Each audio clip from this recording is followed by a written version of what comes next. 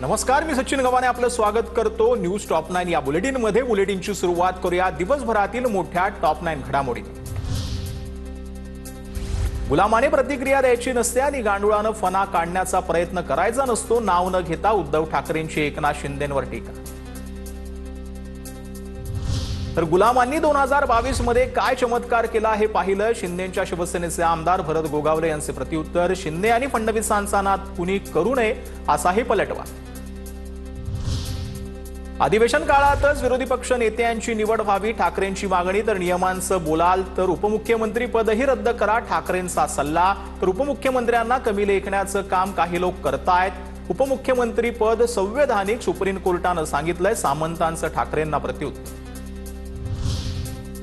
काँग्रेसकडून विरोधी पक्ष नेतेपदासाठी वडेट्टीवार यांचं नाव चर्चेत, मात्र भास्कर जाधवांच्या नावावर ठाकरेंनी नार्वेकरांसोबत चर्चा, योग्य निर्णय घेण्याचं अध्यक्षांचं आश्वासन, सूत्रांची माहिती।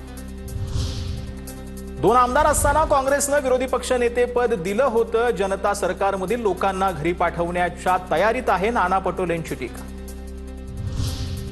नाशिकच्या तपोवनातील वृक्षतोडीला राष्ट्रीय हरित लवादाकडून स्थगिती, न्यायिक प्रक्रिया पूर्ण होईपर्यंत वृक्षतोड करता येणार नाही। याचिकाकर्ते श्रीराम पिंगळे यांची माहिती, किती झाडं तोडायची आहेत याबाबत तातडीनं अहवाल सादर करण्याच्या सूचना।